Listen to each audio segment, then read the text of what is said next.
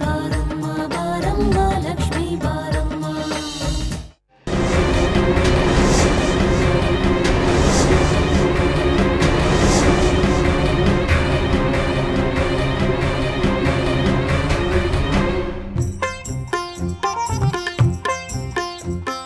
ಏನೇ ನಂಜುಂಡಿ ಏನಂತ ನಿಂಗೇನು ಗೊತ್ತಾಗಿಲ್ಲ ಸುಮ್ಕಿರೆ ಹೋಗ ಗೊತ್ತಾಗಿಲ್ವಂತೆ.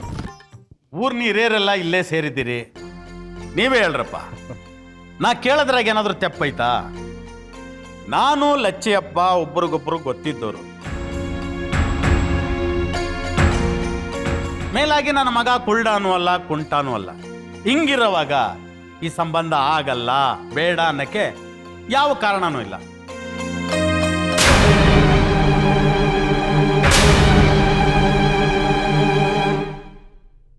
ಅಲ್ವೇನ್ರಪ್ಪ?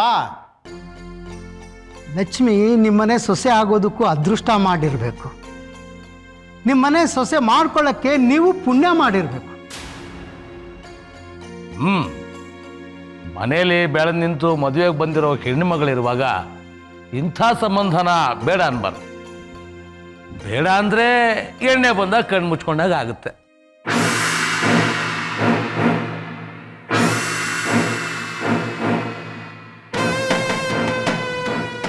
ಇಲ್ಲ, ಈ ಸಂಬಂಧ ಬೆಳ್ಸಕ್ಕೆ ನನ್ಗಿಷ್ಟ ಇಲ್ಲ. ಅಲ್ಲ, ಈ ಸಂಬಂಧ ಬೇಡ ಅನ್ನೋದಕ್ಕೆ ಏನಾದರೂ ಕಾರಣ ಇರಲೇಬೇಕಲ್ವ್ರ? ನೀವೇನ್ರಪ್ಪ ಹೇಳ್ತೀರಿ? ನನ್ನ ಮಗಳನ್ನ ಎಂಥ ಮನೆತನಕ್ಕೆ ಕೊಡಬೇಕು ಎಂಥ ಮನೆತನಕ್ಕೆ ಕೊಡಬಾರ್ದು ಅನ್ನೋದು ನನ್ನ ಇಷ್ಟವ. ಈ ಸಂಬಂಧ ನನ್ಗಿಷ್ಟ ಇಲ್ಲ ಅಂತ ಹೇಳದ್ನಲ್ಲ, ಇನ್ ಮಾತು ಬೆಳ್ಸೋದು ಬೇಡ. ಅಲ್ರಪ್ಪ, ಇಂಥ ಸಂಬಂಧ ಬಂದಿರುವಾಗ ಇದನ್ನು ಬೇಡ ಅನ್ನೋದಕ್ಕೆ ಅರ್ಥ ಇದೆಯಾ? ಅದ್ಯಾಕೆ ನಮ್ಮ ರುದ್ರಪ್ಪನ ಮಗನಿಗೆ ಹೆಣ್ಣು ಕೊಡೋರು ಗತಿ ಇಲ್ವಾ? ನಾಗಮ್ಮ ಯಾಕೆ ಕೊಡಲ್ಲ ಅಂತ ನಾ ಹೇಳ್ತೀನಿ ಕೇಳಿ. ಇವಮ್ಮ ಕೊಡಲ್ಲ ಅಂತ ಹೇಳ್ತಾಳೆ ಅಂತ ನನಗೆ ಮೊದಲೇ ಚೆನ್ನಾಗಿ ಗೊತ್ತಿತ್ತು.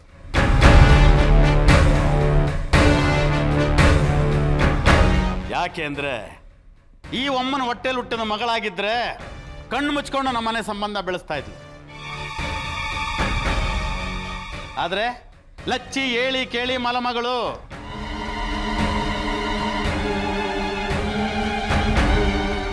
ಇವಳು ಹೊಟ್ಟೆಯಲ್ಲಿ ಹುಟ್ಟದೇ ಇರೋ ಮಗಳು ನಮ್ಮಂತ ದೊಡ್ಡ ಮನೆ ಸಂಬಂಧ ಬೆಳೆಸ್ತಾಳೆ ಅಂದ್ರೆ ಯಾವ ಮಲತಾಯಿಗೆ ತಾನೇ ಹೊಟ್ಟೆ ಕಿಚ್ಚಿರೋದಿಲ್ಲ. ಹೊಟ್ಟೆ ಕಿಚ್ಚಾಗದೆ ಇಲ್ದಿದ್ರೆ ಯಾವ ಕಾರಣಕ್ಕೋಸ್ಕರ ಇವಳು ನಮ್ಮ ಮನೆ ಸಂಬಂಧ ಬೆಳೆಸೋದಿಲ್ಲ ಅಂತ ಹೇಳ್ತಾಳೆ. ಕೇಳಿ, ಹೆಂಗು 10 ಜನ 10 ಒಕ್ಕಲು ಬಂದಿದ್ದೀರಿ, ಕೇಳ್ರಪ್ಪ ನೀವೇ ಯಾಕೆ ಕೊಡಕ್ಕಿಲ್ಲ ಅಂತ.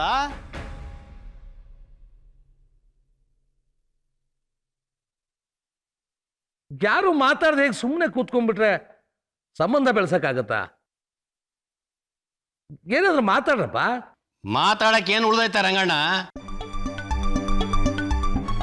ನಿಂದು ಒಳ್ಳೆ ರಾಮಾಯಣ ಆಯ್ತಲ್ಲ. ಕೊಡಕ್ ಆಗಕ್ಕಿಲ್ಲ ಅಂದಮೇಲೆ ಕೊಡಕ್ ಆಗಕ್ಕಿಲ್ಲ ಅಷ್ಟೇಯ. ಅವಳು ನನ್ನ ಹೊಟ್ಟೆಲಿ ಹುಟ್ಟಿರೋ ಮಗಳ ಇಲ್ಲ ನನ್ನ ಹೊಟ್ಟೆಲಿ ಹುಟ್ಟಿರೋ ಮಗಳು. ಆದ್ರೆ ಈ ಮನೆ ಮಗಳು. ನನ್ನ ಮಗಳನ್ನ ಯಾರು ಕೊಡ್ಬೇಕು ಅನ್ನೋದು ನನ್ನ ಇಷ್ಟ. ಇಂಥ ಒಳ್ಳೆ ಸಂಬಂಧ ಬಂದಿರೋವಾಗ ಬೇಡ ಅನ್ನೋದು ಬುದ್ಧಿವಂತರ ಲಕ್ಷಣ ಅಲ್ಲ. ನಾಗೆ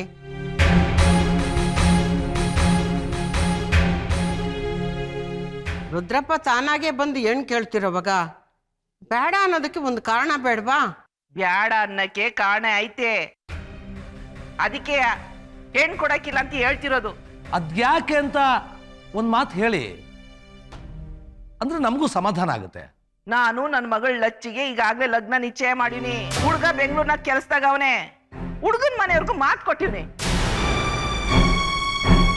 ಅಂದ್ಮೇಗೆ ರುದ್ರಪ್ಪನ ಮನೆ ಸಂಬಂಧ ಬೆಳ್ಸಕ್ ನಾ ಹೆಂಗ್ ಒಪ್ಕೊಳ್ಳಿ? ಸರಿ, ಮತ್ತೆ ಈಗಾಗಲೇ ಬೇರೆ ಯಾರಿಗೂ ಹೆಣ್ಣು ಕೊಡ್ತೀವಿ ಅಂತ ಮಾತು ಕೊಟ್ಟ ಮ್ಯಾಕೆ ಇನ್ನೇನು ಮಾತಾಡಕ್ಕಾಯ್ತದೆ? ಸರಿಯಾದ ಮಾತು ಹೇಳಿದೆ ಬಿಡು. ಇನ್ನೇನು ಯಾರು ಏನು ಮಾತಾಡೋಂಗೆ ಇಲ್ಲ. ನಾಗವ, ಇದು ಬಾಯಿ ತಪ್ಪಿ ಆಡದ ಮಾತ. ನೀ ಹೇಳ್ದಲ್ಲ ಹುಡುಗ, ಅವನು ನಿನ್ನ ತಲೆ ಒಳಗವನ ಇಲ್ಲ ಈ ಭೂಮಿ ಮೇಲವನ?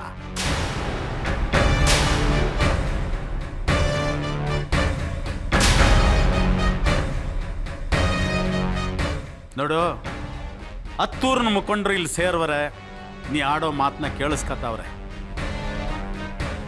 ನಾಲ್ಗೆ ಜಾರೋ ಜಾಗದಾಗದೆ, ಆದ್ರೆ ಮಾತು ಮಾತ್ರ ತೂಕ ತಪ್ಪಾರ್ದು ತಿಳ್ಕ.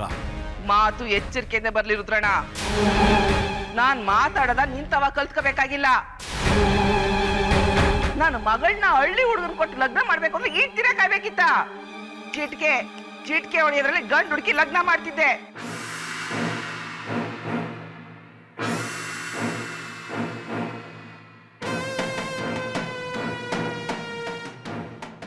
ನನ್ನ ಮಗಳನ್ನ ಪಟ್ಟಣಕ್ಕೆ ಕೊಡ್ಬೇಕು, ಅದು ಕೆಲಸದಲ್ಲಿರೋ ಹುಡುಗನಿಗೆ ಕೊಡ್ಬೇಕು ಅಂತ ಹಠ ಮಾಡಿದಕ್ಕೆ ಇಷ್ಟು ದಿನ ಆಗಿದ್ದು. ಒಂದೇ ತಿಂಗಳಲ್ಲಿ ನನ್ನ ಮಗಳನ್ನ ಮದುವೆ ಮಾಡಿ ತೋರಿಸ್ತೀನಿ. ಇಲ್ಲ ಅಂದ್ರೆ ನಾನು ನಮ್ಮ ಅಪ್ಪನ್ ಕೊಟ್ಟಿದ್ ಮಗಳೇ ಅಲ್ಲ. ಓಹೋ, ಏನ್ ಇಷ್ಟೊಂದು ಖುಷಿಯಾಗಿದ್ರೆ ತಾತ ಇವತ್ತು? ಅಲ್ಲ, ಮದುವೆ ವಯಸ್ಸಿಗೆ ಬಂದಿರೋ ಮೊಮ್ಮಗಂಗೆ ಮದುವೆ ಮಾಡ್ದೆ, ತಾವೆರಡನೇ ಮದುವೆ ಆಗ ಹೊರಟಿದ್ದೀರಲ್ಲ, ಇದು ನ್ಯಾಯನಾ ಅಂತ. ಅಯ್ಯೋ, ಆ ಕತೆ ಏನು ಕೇಳ್ತೀಯ ಚಂದು? ನನ್ನ ಸ್ನೇಹಿತರೆಲ್ಲ ಎರಡನೇ ಹೆಂಡತಿನ ಮದುವೆಯಾಗಿ ಎರಡನೇ ಸಲ ಜೀವನ ಶುರು ಮಾಡಿದ್ದಾರೆ. ನನ್ನ ಕತೆ ನೋಡು, ಮೊದಲನೇ ಹೆಂಡತಿನ ಎರಡನೇ ಸಲ ಮದುವೆ ಆಗ್ತಾ ಇದ್ದೇನೆ. ಚಂದು, ಇವ್ರ ಪೂರ್ವ ಜನ್ಮ ಪುಣ್ಯ ಅಂತ ಹೇಳು. ಇಂಥ ಪುಣ್ಯ ಯಾರಿಗುಂಟು ಯಾರಿಗಿಲ್ಲ.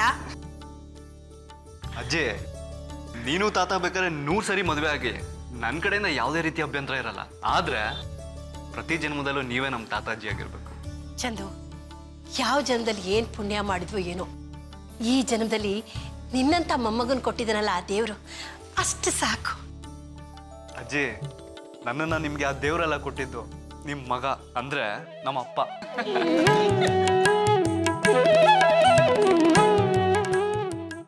ಶ್ವೇತಾ, ನಿನ್ನ ಗಂಡ ಇಲ್ಲಮ್ಮ, ಕಾಣ್ತಾನೆ ಇಲ್ಲ. ಅವ್ರಿಗೆ ನಾನು 100 ಸಲ ಹೇಳಿದ್ದೀನಪ್ಪ, ಇವತ್ತು ಮಾತ್ರ ಯಾವುದೇ ಕಾರಣಕ್ಕೂ ತಪ್ಪಿಸ್ಬಾರ್ದು, ಬಂದೇ ಬರಬೇಕು ಅಂತ. ನನ್ನ ಅತ್ತೆ ಮಾವಂಗೂ ಬೆಳಗ್ಗೆಯಿಂದ ಸಾಕಷ್ಟು ಸಲ ಫೋನ್ ಮಾಡಿದ್ದೀನಿ. ಇನ್ನೂ ಏನು ಮಾಡಲಿ ಹೇಳಿ? ಸರಿ ಬಿಡು, ನೀನಂತೂ ಕರೆದಿದ್ಯಾ. ಬಂದ್ರೆ ಬರಲಿ, ಬಿಟ್ರೆ ಬಿಡ್ಲಿ. ಕರಿಬೋದು, ಕಾಲಿಡಿಯಕ್ಕಾಗತ್ತಾ? ನಿನ್ನ ಕರ್ತವ್ಯ ನೀನು ಮಾಡಿದ್ಯಾ. ಶ್ವೇತಾ, ಕಲ್ಪನೆಗೆ ಫೋನ್ ಮಾಡ್ದೇನೆ? ಮಾಡಿದ್ದೀನಮ್ಮ, ಹೊರಟಿದ್ದೀನಿ ಅಂದ್ಲು. ಸತ್ಯ, ಯಾರು ಬರ್ತಾರೋ ಬಿಡ್ತಾರೋ, ನನ್ನ ಮಗಳು ಬಂದ್ರೆ ಸಾಕು.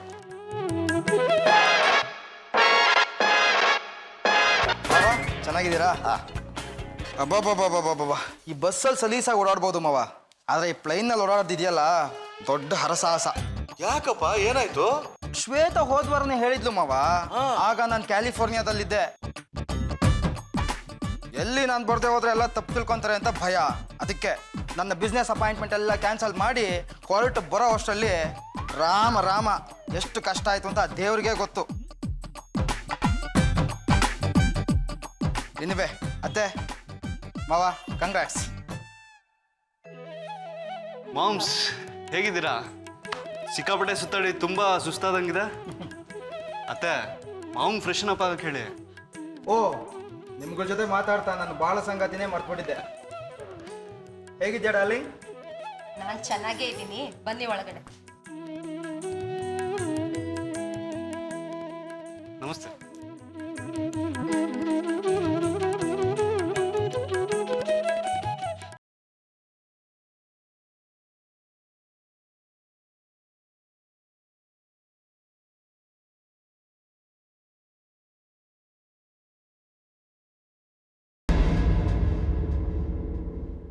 ದಿನದ 24 ಗಂಟೆನೂ ಕನ್ನಡಿ ಮುಂದೆ ನಿಂತಿರ್ತೀಯಲ್ಲ, ಬೇರೇನು ಕೆಲಸ ಇಲ್ವಾ ನಿನಗೆ? ಕನ್ನಡಿ ಮುಂದೆ ನಿಲ್ತೆ ಗೋಡೆ ಮುಂದೆ ನಿಲ್ಲಕ್ಕಾಗತ್ತಾ?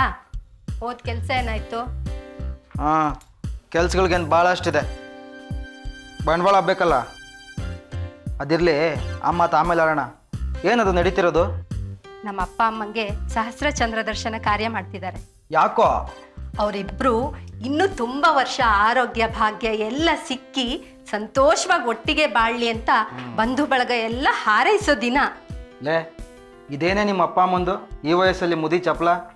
ಸುಮ್ಮನೆ ದುಡ್ಡು ಖರ್ಚು. ನಮ್ಮಪ್ಪ ನಮ್ಮಮ್ಮ ನಿಮ್ ದುಡ್ಡು ಖರ್ಚು ಮಾಡ್ತಾ ಇದಾರೆ ಅನ್ನೋ ತರ ಮಾತಾಡ್ತಾ ಇದೀರಲ್ಲ ರೀ. ಅವ್ರು ಸಂಪಾದನೆ ಮಾಡಿದ್ದು ಅವ್ರು ಇಷ್ಟ ಬಂದಾಗ ಖರ್ಚು ಮಾಡ್ತಾರೆ, ಅದನ್ನ ಕೇಳಕ್ ನೀವ್ಯಾರೋ? ನಾನು ಈ ಮನೆ ಅಳಿಯ ಕಣೆ. ನಾನು ನಿನ್ನ ಗಂಡ ಅನ್ನೋದೇ ಮರ್ತು ಮಾತಾಡ್ತಿದ್ಯಲ್ಲ ನೀನು. ನೀವು ನನ್ನ ಕತ್ತಿನ ಸುತ್ತ ನೇಣಿನ ಹಾಕಿ ಬಿಟ್ಟಿರೋ ತಾಳಿ ಇರೋ ತನಕ ನೀವು ನನ್ನ ಗಂಡನೂ ಹೌದು, ಈ ಮನೆ ಅಳಿಯಾನೂ ಹೌದು. ಲೇ, ನಿನಗೆ ತಾಳಿ ಕಟ್ಟಿ ನೇಣಾಕೋಬೇಕಾಗಿರೋದು ನಾನು, ಅಲ್ಲ ಶ್ರೀಮಂತರ ಮನೆ ಹುಡುಗಿ ಅಟ್ಲೀಸ್ಟ್ ಮದುವೆ ಆದ್ರೆ ಕೊನೆ ಪಕ್ಷ ಬಿಸ್ನೆಸ್ಗೆ ಬಂಡವಾಳನಾದ್ರೂ ಕೊಡ್ತಾರೆ ಅಂದ್ಕೊಂಡಿದ್ದೆ. ಇಲ್ಲಿ ನೋಡಿದ್ರೆ ಸಾಯೋ ವಯಸ್ಸಲ್ಲಿ 2ನೇ ಸಲ ಮದುವೆ ಆಗ್ತಾ ಇದ್ದಾರೆ. ಆಗ್ಲಿ ಪರವಾಗಿಲ್ಲ, ಆದ್ರೆ ಹಳೆ ಹೆಂಡ್ತಿನೇ 2ನೇ ಸಲ ಮದುವೆ ಆಗೋ ಮೂರ್ಖತನ ಬೇರೆ ಇಲ್ಲ. ಸಾಯೋ ವಯಸ್ಸಲ್ಲಿ ಬಾಳಿ ಬದುಕಬೇಕಾಗಿರೋ ಮಗಳು ಹಳ್ಳಿನ ಬಗ್ಗೆ ಯೋಚನೆ ಮಾಡಿದೆ. ರೀ, ನಂಗೆ ಕೋಪ ಬರ್ಸ್ಬೇಡಿ. ನಾನ್ ಕನ್ನಡಿ ಮುಂದೆ ನಿಂತಿರ್ತೀನಿ ಅಂತ ವ್ಯಂಗ್ಯ ಆಡಿದ್ರಲ್ಲ, ನಿಮ್ ಮುಖನ ಕನ್ನಡಿಲಿ ನೋಡ್ಕೊಂಡಿದ್ದೀರಾ? ಮಾವನ್ ಮನೇಲಿ ಇದ್ಕೊಂಡು ಅವ್ರ ಅನ್ನ ತಿನ್ನೋದಕ್ಕೆ ನಾಚಿಕೆ ಆಗೋದಿಲ್ವಾ? ಲೇ, ನಾಚಿಕೆ ನನ್ಗೆ ಯಾಕಾಗ್ಬೇಕು, ನಿನಗಾಗ್ಬೇಕು. ಅಲ್ಲ, ಮದುವೆ ಆಗಿ ಇಷ್ಟು ವರ್ಷ ಆದ್ರೂ ನನ್ನನ್ನು ಅಪ್ಪ ಅನ್ಸ್ತಿಲ್ವಲ್ಲ, ಅದ್ರ ಬಗ್ಗೆ ಯಾವತ್ತಾದ್ರು ಯೋಚನೆ ಮಾಡಿದ್ಯಾ? ನನ್ಗೆ ಅನ್ನ ಹಾಕೋಕಾಗ್ದೆ ನಮ್ಮ ಅಪ್ಪನ ಮನೆ ಅನ್ನದ ಋಣದಲ್ಲಿದ್ದೀರಿ, ಅಂಥದ್ರಲ್ಲಿ ನೀವು ಹುಟ್ಸೋ ಮಗುಗೆ ಅನ್ನ ಹಾಕೋಕ್ಕಾಗತ್ತಾ? ಆ ಭಯಕ್ಕೆ ದೇವ್ರು ನನ್ನ ಹೊಟ್ಟೆಲ್ ಒಂದ್ ಮಗುನು ಕೊಡ್ಲಿಲ್ಲ ಅಂತ ಅನ್ಕೋತೀನಿ. ಎಲ್ರೂ ಸಂತೋಷವಾಗಿದ್ದೀವಿ, ಸಾಧ್ಯ ಆದ್ರೆ ನೀವು ಸಂತೋಷವಾಗಿರಿ.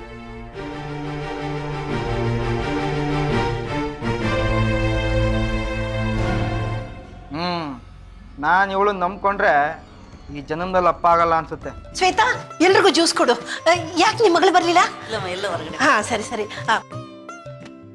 ರೀ, ನನಗೆ ಇವತ್ತು ಎಷ್ಟು ಸಂತೋಷ ಆಗ್ತಿದೆ ಅಂದ್ರೆ ಏನು ಮಾತಾಡಕ್ಕೆ ಆಗ್ತಿಲ್ಲ ರೀ. ಹಾ, ಇಷ್ಟೊಂದು ಎಕ್ಸೈಟ್ ಆಗ್ಬೇಡ ಸುಲೋಚನ.